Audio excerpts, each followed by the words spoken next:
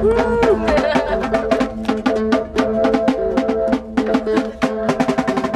is like a trivial follow-up to that. That's nothing related to that. But I'm just out of curiosity. Was you getting Rob Lowe involved in any way related to Judd Nelson being? Yeah, they were all part of the same group. You know what I mean? And that role was supposed to actually be Charlie Sheen. Oh, really? Yeah. But at the time, Charlie was going through some stuff. And so Rob Lowe came in sort of as a favor to help.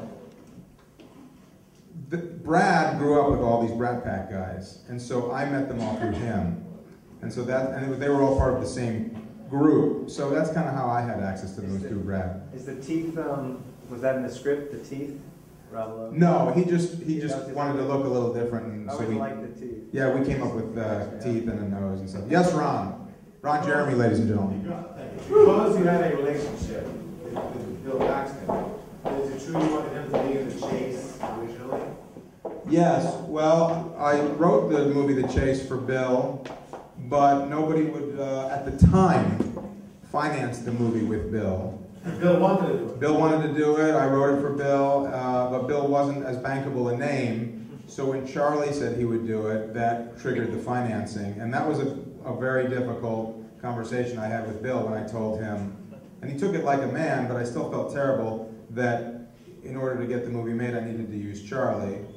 But he and I are great friends. We've been friends ever since. I mean, he's one of the great guys of all time. Yes? Does that mean that the add-on scene at the end with The Chase and the Clown, was that something you came up after you kind of started working with Charlie instead of Bill? Which scene? That scene at the very end, the kind of like little throwaway of The Chase? in the credits where Charlie Sheen's dressed as a clown. Right. And he's doing the lines from Apocalypse Now. Right. That's Bill. Right. That's Bill. Was that something you came up with after you switched over to Charlie Sheen? Yeah, that was just ad-libbed on the day, and then we just stuck it in at the end of the credits. Charlie's a very funny guy. A lot of people don't know that. He's a really funny guy. Anybody else? Any other questions? So there was some girl that raised her hand, but I don't remember who in this general vicinity. Oh well. Yes. Small Soldiers, Mouse Hunt. Were those your original ideas? Mouse Hunt was an original idea that I wrote on my own, and it got bought by DreamWorks. And then after they bought it, they hired me to write Small Soldiers. Yes.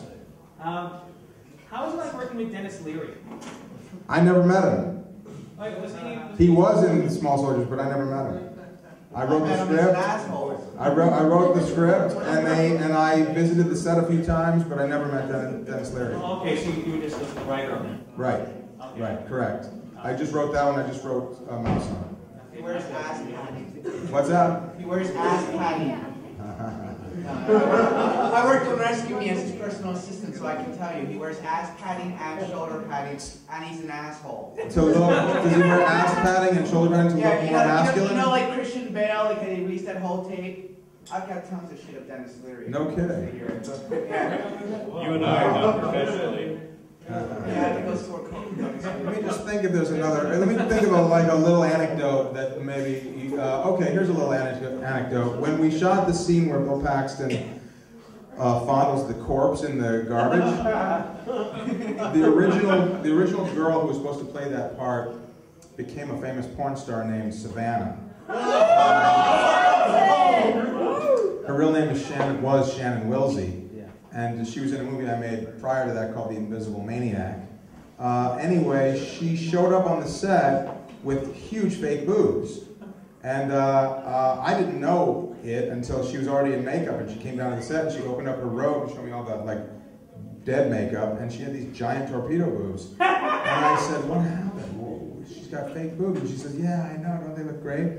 And I had this idea in my mind that it had to look like a young, innocent girl who had been raped and killed. So we fired her. We sent her home. We said, "We're just not going to shoot that scene after all. We're sorry. Here, we'll pay you anyway." And the hair girl said that she'd do it for $400. So we used the hair girl. Yeah. Wasn't there a slight mistake in that scene? Well, Ron keeps saying that the nipple gets hard, but I don't think that's true.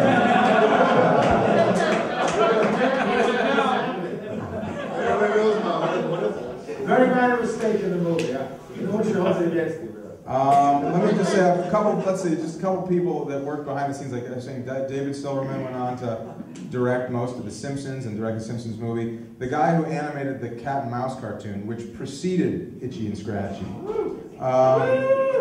he went on to direct Dan Povenmire, many of the SpongeBob's, and he now has, and most of the, he was the main director of Family Guy. And now he's got his own show on Disney Channel called Phineas and Ferb. So he's gone on to do really well. Yeah, there's a lot of people that went on to do some cool stuff. Anyway, if there's no other questions, I guess there's, what, strippers to go see, right, or something? Yeah. Dangerous Game Show. So any more questions? Nothing for anyone. All right, thanks, guys.